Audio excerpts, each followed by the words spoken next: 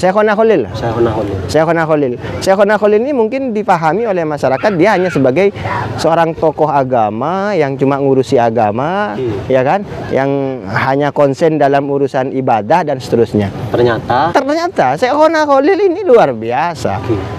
Beliau punya kepekaan sosial. Beliau juga punya kepedulian tentang bagaimana perekonomian masyarakat.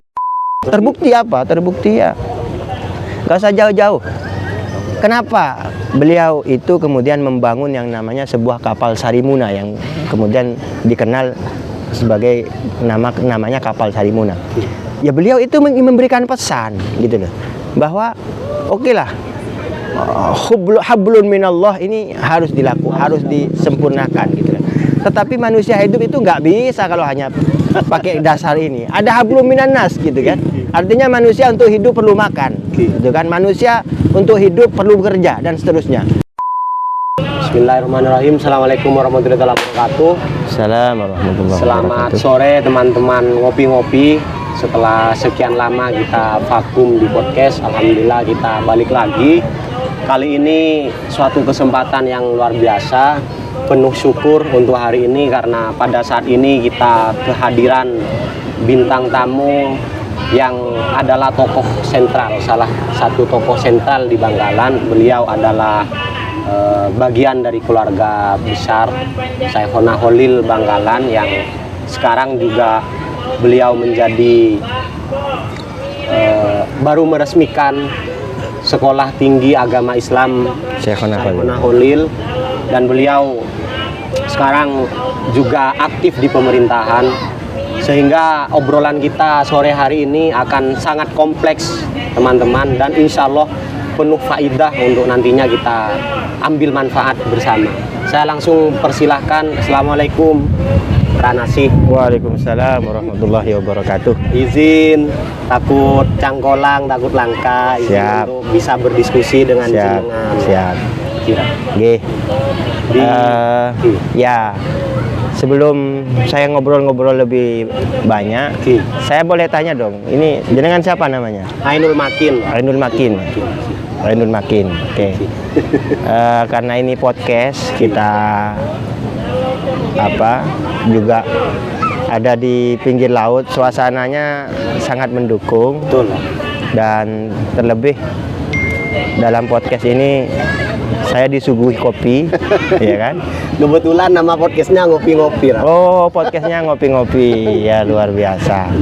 Jadi podcast ini saya kira menjadi solusi dari setiap persoalan. Amin. Ya, kenapa? Karena kalau kita bahas tentang banyaknya problematika di hidup di sekeliling kita itu kan sebenarnya sederhana. Ternyata ya orang-orang kurang ngopi aja gitu kan. Makanya podcast ini banyak permasalahan tuh karena kita kurang ngopi. Kurang ngopi. Jadi kalau kita sering ngopi, insya Allah nggak ada masalah yang terselesaikan. Semuanya bisa terselesaikan, dan alhamdulillah karena saya kebetulan juga bisa hadir di sini, dan ya saya bolehlah mencoba kopinya untuk saya nilai apakah ini kopinya terbaik atau gimana gitu kan. Insya Allah tidak mengecewakan. Tapi kalau Ajunan kan sudah pecinta kopi banget, mungkin sudah level. Alhamdulillah. Ini kopinya terasa di pinggir laut. memang demikian ada. Yang demikian ya. Jadi ya, tapi luar biasa nikmat kopinya, apalagi kita juga ini ada air air Bariklana. Alhamdulillah.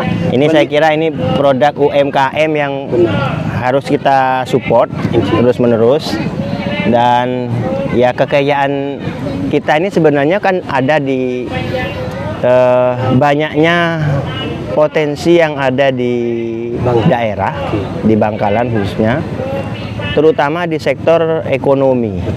Jadi ya kalau mau berbicara secara umum, masyarakat Madura ini kan dikenal punya kegigihan. Betul, keuletannya yang kegigihan dan keuletan. Jadi orang Madura itu nggak usah disuruh lagi kalau untuk bekerja, untuk berusaha itu nggak usah disuruh. Mereka itu otomatis. Kita nggak usah diajarkan. Hari ini mungkin ya perlu kita dorong ya, bagaimana kreativitas masyarakat itu ya, berarti karena jujur saya justru kalau ditanya seberapa banggakah saya sebagai orang Bangkalan, seberapa banggakah saya sebagai orang Madura, jujur saya bangga dengan Madura, bangga dengan Bangkalan. Kenapa? Karena kreativitas masyarakatnya.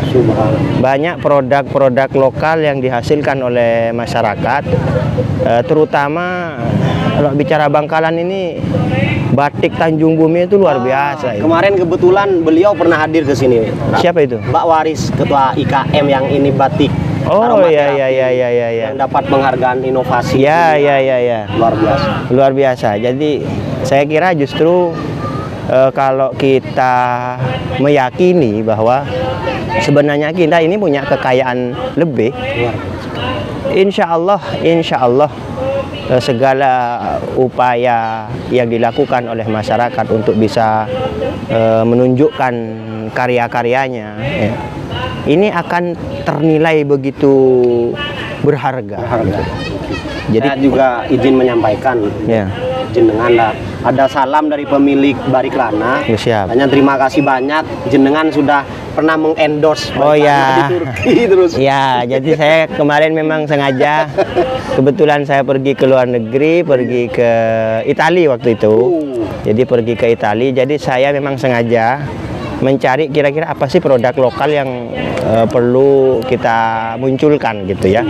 Ya, kok kebetulan saya ketemu sama Bariklana gitu ya. Jadi ya alhamdulillah, dan saya tetap berpegang kepada prinsip kalau kita masih punya yang lebih dari diri kita, kenapa kita harus mencari orang lain gitu kan? Kalau kita memiliki potensi yang justru tidak kalah bersaing dengan yang berkelas, kenapa kita harus mengambil yang berkelas itu gitu. Kenapa harus levelnya harus internasional, Iya. sedangkan di daerah sudah Iya. sama ini. Karena sebenarnya saya sudah melakukan beberapa perbandingan ya ketika berbicara tentang produk UKM. Saya ketika nyampe di Italia, produk UKM di sana banyak ya. Banyak produk UKM di sana ya dijual, dan dan ada beberapa yang kemudian menjadi brand terkenal. Bener-bener Brand terkenal. Iya. Brand gitu. Jadi kayak produk misalkan, mohon maaf saya sebut merek ya, kayak produk Gucci, kemudian ya produk-produk brand ternama itu berangkatnya dari UMKM. Sekelas Gucci itu dari UMKM. Dari UMKM. Kenapa mereka bisa melakukan itu? Ya, padahal di zaman itu kan kita masih belum masuk ke era 4.0 ya. Apa? 4.0 ya. Ya. Jadi kita masih generasi waktu itu kan masih generasi apa ya? Generasi manual gitu waktu itu. Sekarang sudah semakin canggih, tentu ini harusnya kita tangkap sebagai sebuah opportunity, sebagai sebuah peluang untuk bagaimana kita juga bisa melakukan pemberdayaan. Dan jujur saya memang kagum dengan cara mereka memframe bahwa produk lokal ini kualitasnya yang begitu bagus gitu kan. Jadi bagaimana mereka mengemas dan seterusnya sehingga detail yang mereka perhatikan sehingga kalau berbicara produknya sebenarnya ya nggak kalah jauh dengan produk-produk yang dihasilkan oleh kita, oleh masyarakat. Iya. Tetapi memang mereka memanfaatkan semua peluang, akhirnya mereka bisa, dan saya yakin kita pun juga bisa melakukan itu. Ini Abdina izin bertanya ini kan, karena kan Ajunan sebagai tokoh figur, tokoh sentral di sini. Dalam perspektif mungkin kan Ajunan juga sudah banyak sekali merasakan budaya-budaya di luar Madura. Yang kalau saya sendiri alami itu saya juga bangga sebagaimana juga Ajunan tentang kegigihan, keuletan. Cuma ternyata banyak stigma di luar sana itu. Tentang orang Madura itu yang tidak terdidik, yang miskin-miskin, SDM rendah dan lain sebagainya. Kalau dalam perspektifnya Ranasih sendiri sebagai seorang ulama ya, merepresentasikan tokoh Madura itu gimana?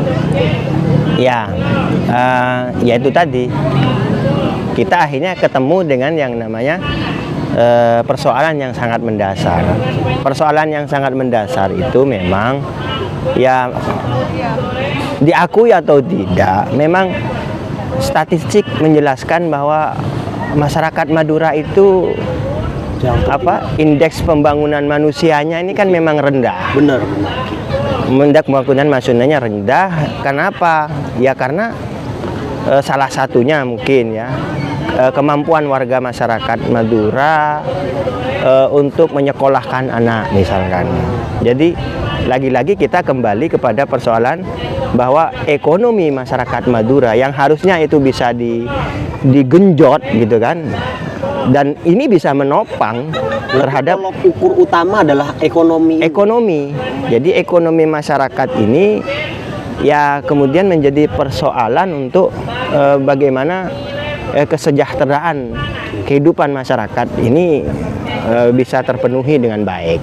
Dan ya tentu ini tugas berat, ini adalah sesuatu yang tidak bisa dilakukan oleh sekelompok masyarakat, tetapi ini harus harus dilakukan kesadaran bersama dan harus diikhtiarkan bersama-sama gitu kan.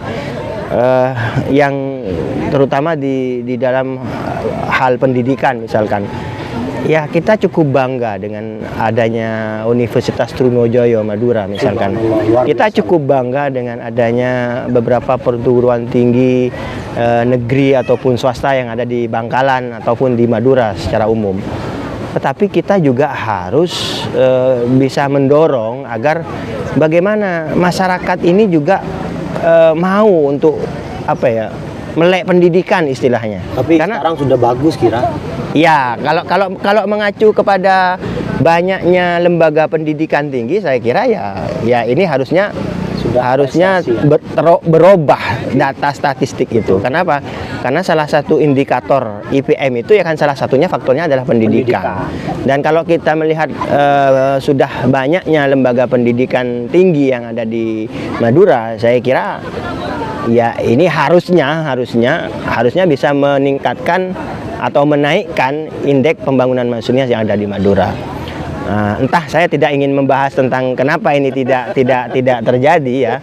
Tapi yang pasti bahwa kita yakini memang masyarakat Madura itu secara pendidikan ya memang ada kenaikan, sudah ada peningkatan dan termasuk signifikan juga kira. Signifikan. Ya, tetapi persoalannya adalah lagi-lagi ya samalah mungkin dengan daerah lain. Ketika berbicara kemajuan itu memang kok di mana-mana itu yang maju ya perkotaan gitu kan. Orang desa ya selalu tertinggal gitu. Epicentrum dari suatu daerah. Iya, makanya pemerintah kan sampai bikin Kementerian Desa Tertinggal kan gitu kan. Jadi udah bahasanya memang dibuat ekstrim karena memang realitasnya pembangunan itu selalu maju ketika berbicara tentang perkotaan, tapi berbicara desa ini selalu tertinggal. Tapi kan Ajunan juga bagian dari seorang yang merepresentasikan tentang pentingnya pendidikan. Kalau tidak salah barusan Ajunan baru meresmikan Sekolah Tinggi Agama Islam alhamdulillah. Juga artinya perspektif Ajunan tentang pentingnya pendidikan untuk masyarakat Bangkalan atau Madura secara umumnya itu sampean juga sudah melihat di titik-titik mana gitu. Alhamdulillah ya, meskipun tidak secara utuh ya terpotret bagaimana kondisi masyarakat, tetapi paling tidak saya sudah bisa meraba-raba bahwa persoalan-persoalan di masyarakat kita ini ya terkait pendidikan, kemudian terkait kesehatan juga ya kan, apalagi kita tahu kasus Covid kemarin bagaimana mencitrakan Madura ini kok buruk sekali kan gitu. Terutama yang kasus besar yang lari-lari ya yang kayak gitu ya, itu ya miris lah sebenarnya, kita miris, tetapi ya mau diapain juga gitu loh. Awang juga masyarakat terkadang mereka yang sudah berusaha sekuat tenaga gitu kan, toh pada akhirnya ketika mereka terkendala beberapa hal, termasuk misalkan bicara ekonomi, kendala paling utama ini kan permodalan misalkan ya kan. Nah akses permodalan yang kemudian tidak termudahkan gitu, itu saya kira sesuatu yang harus ya lagi-lagi kita dorong bersama-sama gitu kan. Kalau saya lebih menekankan ke ini, Ra, mumpung karena ini kesempatan yang cukup langka dan akhirnya jenengan bisa hadir ke sini. Jenengan juga selain sebagai tokoh ulama, kalau tidak salah jenengan juga ada di pemerintahan, ya, adalah tokoh politik juga. Ya. Artinya kita yakin dengan figur jenengan banyak sekali potret-potret, terutama di Bangkalan, pemetaan masyarakat di Bangkalan yang seperti ini. Kalau dalam perspektifnya jenengan optimis nggak untuk bisa maju begitu, bahkan punya standar Ya. nasional lah seperti yang jenengan ceritakan Ya, di Itali tadi? Kalau saya selalu optimis karena saya terbangun melalui pendidikan optimisme, ya kan? Tetapi di luar itu, saya melihat bahwa sekalipun masyarakat Madura ini juga ada beberapa kelemahan-kelemahan, tapi saya meyakini bahwa masyarakat Madura ini sebenarnya mudah loh kalau mau berbicara tentang kemajuan. Kenapa? Karena mudah karena orang Madura ini punya budaya yang bagi saya tuh tidak bernilai. Ya. Orang Madura ini terkenal dengan istilah Bapak Guru Ratoh. Ya kan? Artinya Ibu, guru, raja. Iya, jadi raja, orang tua dan guru gitu kan. Iya. Oh iya, batuk saya. Ya. Langsung sembuh kalau minum ini ya. Insya Allah. Bariklah nada keberkahan katanya. Ya, amin. Amin. Jadi kembali lagi. Oke. Bapak Guru Ratoh. Bapak Bebu Guru Ratoh, gitu kan. Yang artinya ya kira-kira masyarakat Madura itu kalau berbicara tentang ikut siapa atau patuh kepada siapa, masyarakat Madura ini sejak dulu memang dikenal ya kedekatannya dengan para alim ulama, gitu kan. Kemudian berbicara masyarakat Madura ini kalau kepada yang namanya tokoh ya, apakah itu desa, kepala desa, kemudian termasuk ke pemerintahan, itu juga dikenal mereka juga kuat hubungan emosionalnya, emosional, sehingga saya meyakini bahwa memajukan Madura ini dengan memajukan masyarakatnya ya melalui pendekatan-pendekatan lokal itu akan sangat efektif dan insya Allah super cepat. Ya, super cepat. Kenapa? Karena ya itu tadi, karena masyarakat Madura itu secara budaya memang sangat kental. Apalagi kalau berbicara tentang sosok kiai misalkan. Sosok kiai. Mohon maaf, universitas atau perguruan tinggi negeri ataupun swasta ya, itu kalau tidak ada hubungannya dengan yang budaya seperti ini orang Madura ini juga akan sulit untuk masuk ya. Oke, benar. Iya kan? Benar. Iya, makanya kenapa kita juga di dalam bidang pendidikan akhirnya bukan mendirikan sebenarnya. Jadi tadi kita bukan mendirikan tapi meresmikan pembangunan baru. Ya, kalau pendiriannya udah berapa tahun sudah? Berarti sudah ada kampus? Sudah ada. Awalnya itu kampusnya ada di pondok, ya kan. Nah, kebetulan kita lakukan pengembangan, kita punya tanah di sini, kemudian kita bangun untuk kampus baru gitu ya. Jadi di dalam bidang pendidikan ini misalkan ya kalau tidak tidak istilahnya pendidikan itu kalau tidak dideklarasikan dengan konsep keagamaan gitu kan, ini juga akhirnya masyarakat kurang begitu respon gitu kan. Masyarakat ini sekali lagi saya lihat ketika berbicara figur kiai ini seolah langsung dari hati begitu aja. Iya, langsung dari hati. Semangatnya dari hati. Jadi kalau udah kiai kadung ngomong nah, itu masyarakat tuh mudah untuk mengikuti. Yang Ajunan sampaikan adalah perspektif positif. Perspektif optimis. positif. Cuma ada di belakang juga orang yang berpandangan dengan kuliah yang basisnya agama. Karena budayanya sudah religi. Ada kata-kata seperti kolot Ya. dan lain sebagainya, itu tanggapan jenengan.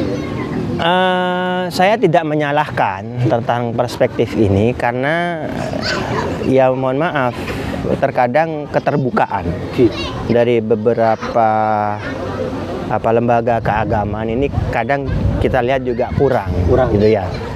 Jadi ya masih berpikir bahwa tidak ada urusannya gitu kan, nyari ilmu itu dengan pekerjaan, kira-kira seperti itu. Ini kan masih dihantui oleh pemikiran-pemikiran seperti ini gitu loh. Padahal kita kan bukan kemudian memberikan sebuah kesimpulan itu sebenarnya, tetapi bahwa tantangan ke depan ini akan sangat lebih besar gitu kan. Jadi kalau kita selalu berpikir kerdil seperti itu, maka ya kita akan dilewati oleh tantangan zaman ini, akan terlewat semua. Jadi mempersiapkan SDM itu adalah sesuatu yang saya kira menjadi sebuah keniscayaan. Bahwa saya pernah baca bukunya Karen Armstrong, seorang penulis biasanya tentang Islam, tapi beliau tuh dari Kristen begitu kan. Mengatakan bahwa Salahuddin Al-Ayyubi ini memang salah satu tokoh pahlawan Islam karena memenangkan pertarungan tapi juga tokoh yang menjadi tolok ukur kemunduran Islam, karena setelah kemenangan beliau fokus membangun pesantren-pesantren atau sekolah tinggi yang religius ini, yang akhirnya membuat pemikiran orang-orang Islam itu sudah tidak terbuka lagi, sudah anti modernitas dan lain sebagainya. Itu kan saya bisa menyimpulkan suatu stigma yang dicoba untuk ditanamkan ke kita. Menurut jenengan tuh bener apa enggak, atau gimana perspektifnya? Saya kurang membaca ya sejarah tentang itu. Tetapi kalaupun memang iya, saya kok merasa begini ya. Sama halnya dengan apa yang dilakukan oleh Wali Songo misalkan. Ya. Sama halnya dengan yang dilakukan oleh para kiai-kiai kita terdahulu ya, yang mereka kembali memperkuat pondasi masyarakat ini. Ya salah satunya yaitu tadi, jadi mengembalikan peran penting ini ya, untuk kemudian terarah sedemikian rupa kepada basic utama masyarakat gitu kan. Pendekatan secara langsung yang dilakukan oleh Wali Songo kepada masyarakat ya, termasuk juga akhirnya berkembang menjadi munculnya beberapa pondok-pondok pesantren, itu sebenarnya lebih kepada ingin menjaga kembali konsep dasar menjadi manusia, kan begitu, menjadi manusia. Bahwa selanjutnya dari itu adalah berbicara tentang pembaharuan. Saya kok meyakini mereka ini sudah jauh ya melihat itu ya. Sudah jauh melihat itu ya, sudah jauh melihat. Saya tidak usah jauh-jauh ke Salahuddin Al-Ayyubi lah. Saya ambil yang dekat aja. Syekhona Khalil. Syekhona Khalil ini mungkin dipahami oleh masyarakat dia hanya sebagai seorang tokoh agama yang cuma ngurusi agama, ya kan? Yang hanya konsen dalam urusan ibadah dan seterusnya. Ternyata Syekhona Khalil ini luar biasa. Beliau punya kepekaan sosial. Beliau juga punya kepedulian tentang bagaimana perekonomian masyarakat. Terbukti apa? Terbukti ya, gak usah jauh-jauh. Kenapa beliau itu kemudian membangun yang namanya sebuah kapal Sarimuna yang kemudian dikenal sebagai namanya kapal Sarimuna. Ya beliau itu memberikan pesan gitu loh, bahwa oke lah, hablun minallah ini harus disempurnakan gitu. Tetapi manusia hidup itu nggak bisa kalau hanya pakai dasar ini. Ada hablum minan nas gitu kan. Artinya manusia untuk hidup perlu makan, gitu kan. Manusia untuk hidup perlu bekerja dan seterusnya. Dan simbol perahu ini bagi saya bukan hanya sekedar beliau ingin menyampaikan pesan itu, tetapi lebih jauh dari itu, fungsi kapal yang harusnya, ya kalau memang beliau hanya ingin menampilkan simbol ya, ya beliau cukup bangun kapal, tapi nyatanya beliau pakai kapal itu. Subhanallah. Beliau pakai kapal itu untuk mencari ikan, kemudian ya dan seterusnya. Sehingga pesan pentingnya adalah bahwa ya beliau ingin mengajak kepada kita semua gitu kan. Mengajak kepada kita semua bahwa kemajuan itu ya memang harus terlihat ya melalui kacamata agama, karena kita hidup ini memang ya, kecuali kita tidak beragama ya. Kalau kita masih memiliki agama, maka kita harus melihatnya, memandangnya itu dari sisi agama. Dan agama kita mengajarkan sebenarnya tentang itu. Rasulullah SAW ini adalah seorang nabi yang sekaligus pedagang. Ya kan? Seorang nabi yang sekaligus pedagang. Dan beliau bekerja untuk memenuhi kebutuhan hidupnya. Saya kira ya ini menjadi prinsip dasar, dan kemudian hari ini yang harus terbuka kepada mata kita adalah tantangan masa depan. Tantangan masa depan ini bukan sesuatu yang apa ya? Bukan sesuatu yang sifatnya meraba-raba. Ini hal yang pasti ini.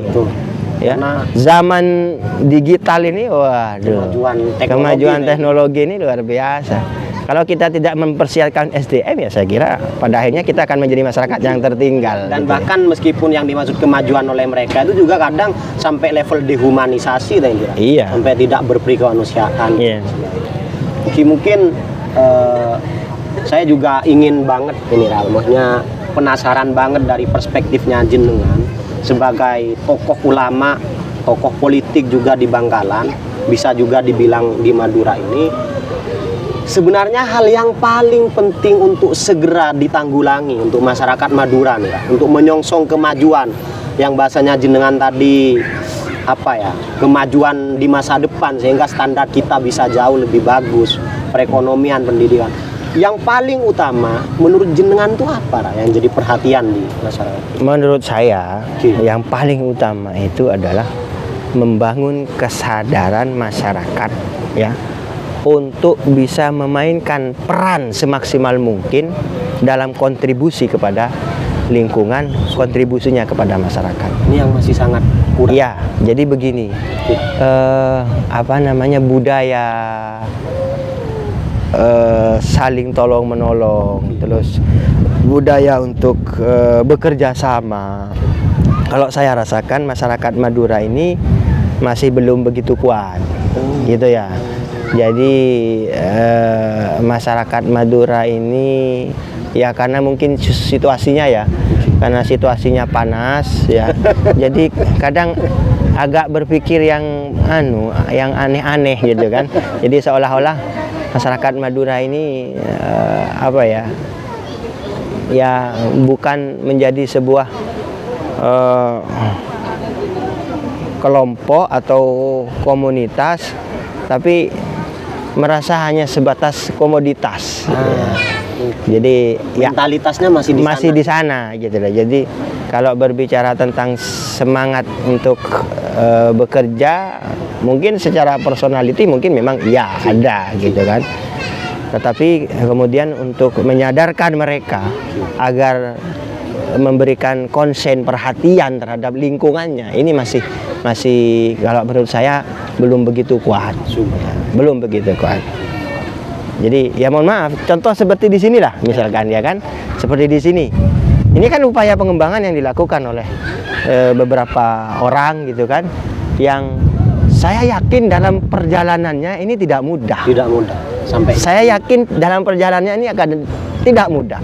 Yang sebelah sana mengatakan, wah ngapain bikin kayak gini? Ngapain? Kayak gini gitu. Akhirnya jadi gitu lah.